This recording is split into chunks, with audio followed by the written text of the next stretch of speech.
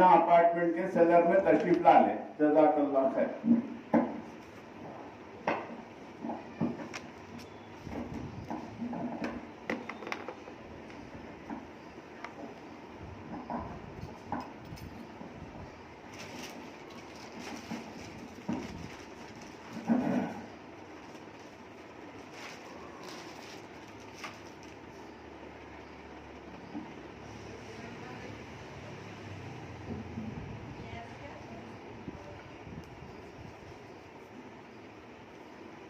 بسم اللہ الرحمن الرحیم. نحمده ونصلی ونسلم علی حبیبہ الکریم الامین العزیز الرؤوف الرحیم وعلی آلہ واصحابہ الافضلین الاکرمین اجمعین.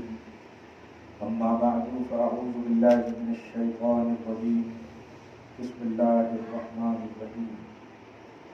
فبما رحمۃ من اللہ لنت لهم. صدق اللہ العظیم.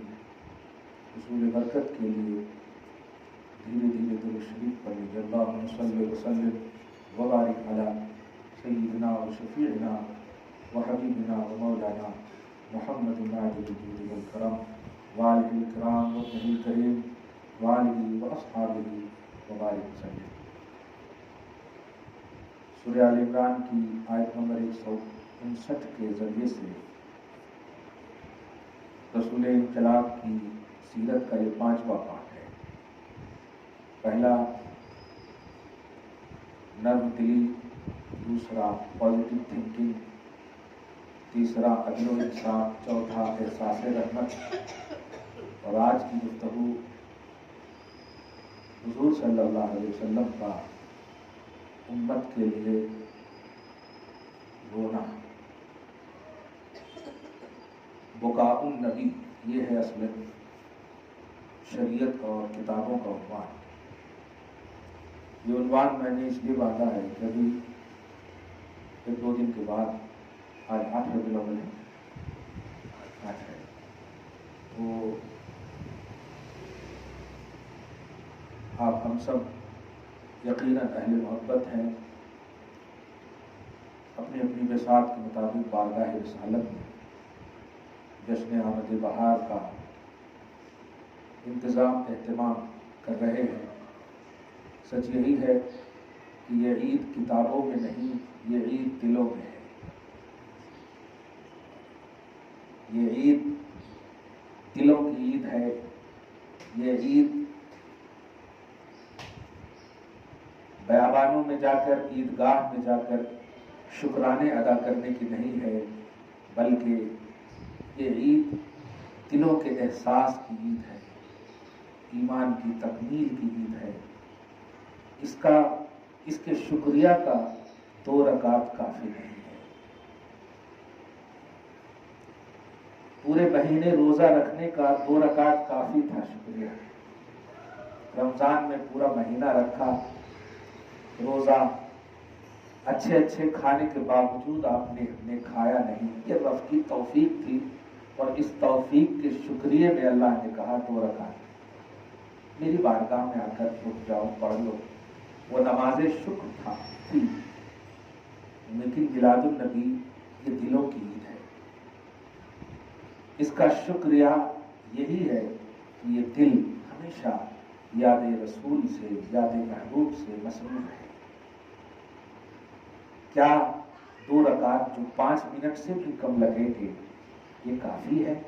اس لیے اس کی حد نہ بیان کی گئی اور شکل بھی نہ بیان کی، کیونکہ نماز کا کانسیپٹ نبی کے بعد ہے، نبی پہلے ہے. اعلان فرما دیے خدیجۃ الکبریٰ ایمان لا چکی ہے، ابو بکر صدیق ایمان لا چکے ہیں، مولائے کائنات ایمان لا چکے ہیں، لیکن نماز نہیں ہے. نماز تو 10 سال 12 سال کے بعد معراج میں، جس کا مطلب یہ ہوا کہ نبی جب مقدم ہیں، اور اللہ پاک نے فرمایا مومنوں پر بڑا احسان ہے کہ نبی کو بھیجا. نماز دیا، یہ نہیں فرمایا کہ میرا احسان ہے کہ نماز دیا. حج اور زکوٰۃ دیا. نبی کو بھیجا، ارشاد فرمایا لقد من اللہ علی المؤمنین، جو آج میں مطلب مسلسل 5 پارٹ سے سن رہی نا، اسی کی کنٹینیوٹی میں آیت نمبر 164 میں سورہ آل عمران میں، یہ 159 ہے اور آیت نمبر 164 میں ہے کہ مومنوں پر، چاہے مرد ہو یا عورت، ایمان والے تو مرد عورت سب ہیں، بڑا احسان ہے کہ ان میں ایک رسول اپنے محبوب کو بھیجا،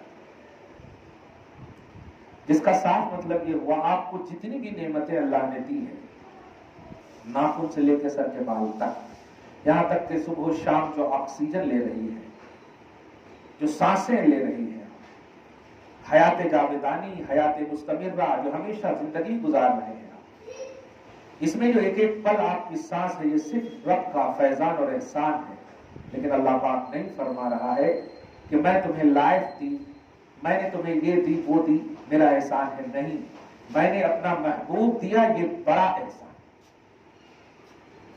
یہ فرمایا اللہ پاک، جس کا مطلب یہ ہوا کہ تمام بڑی سے بڑی نعمتیں جو آپ کو ملی ہیں، چاہے شکل کچھ بھی ہو، اچھا گھر مل گیا، اچھا شوہر مل گیا، اچھی زندگی مل گئی، سب کچھ اچھے مل گئے آپ کی تھنکنگ کے حساب سے، مگر اللہ پاک نے ان اچھوں کے خوش ہونے کے باوجود رب نہیں فرما رہا میرا احسان ہے، نہیں، محسوس کرنا، ایمان والو میں نے اپنا محبوب دیا ہے، یہ بڑا احسان،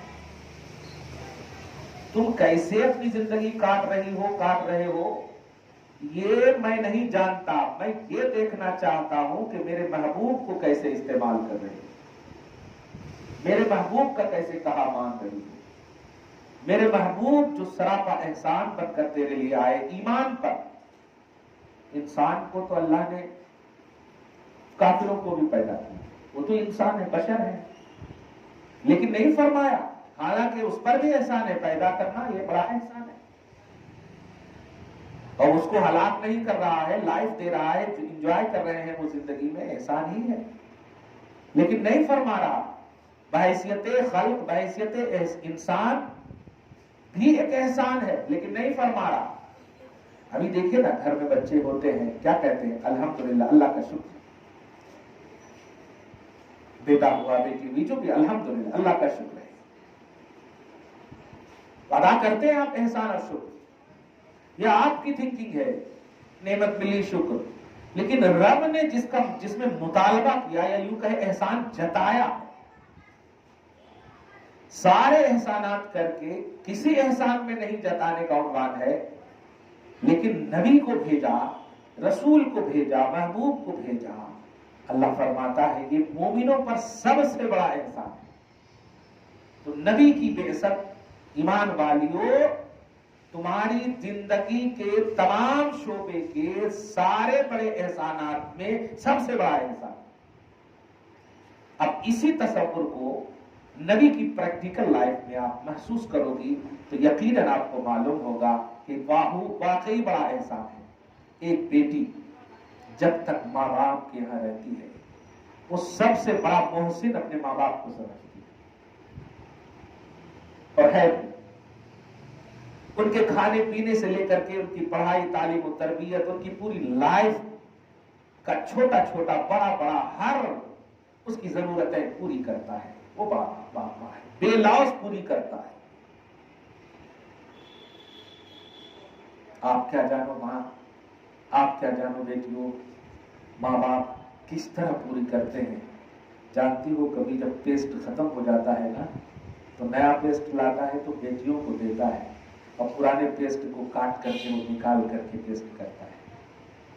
کوئی کرے یا نہ کرے، میں تو اس بات کا عادل ہوں، گواہ ہوں۔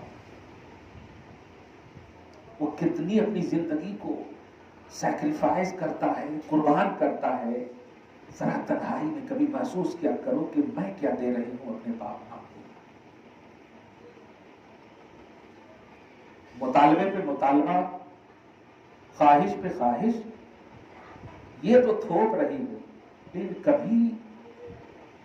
کبھی محسوس کر لو کہ وہ پورا بھی کیوں اور کیسے کرتے ہیں۔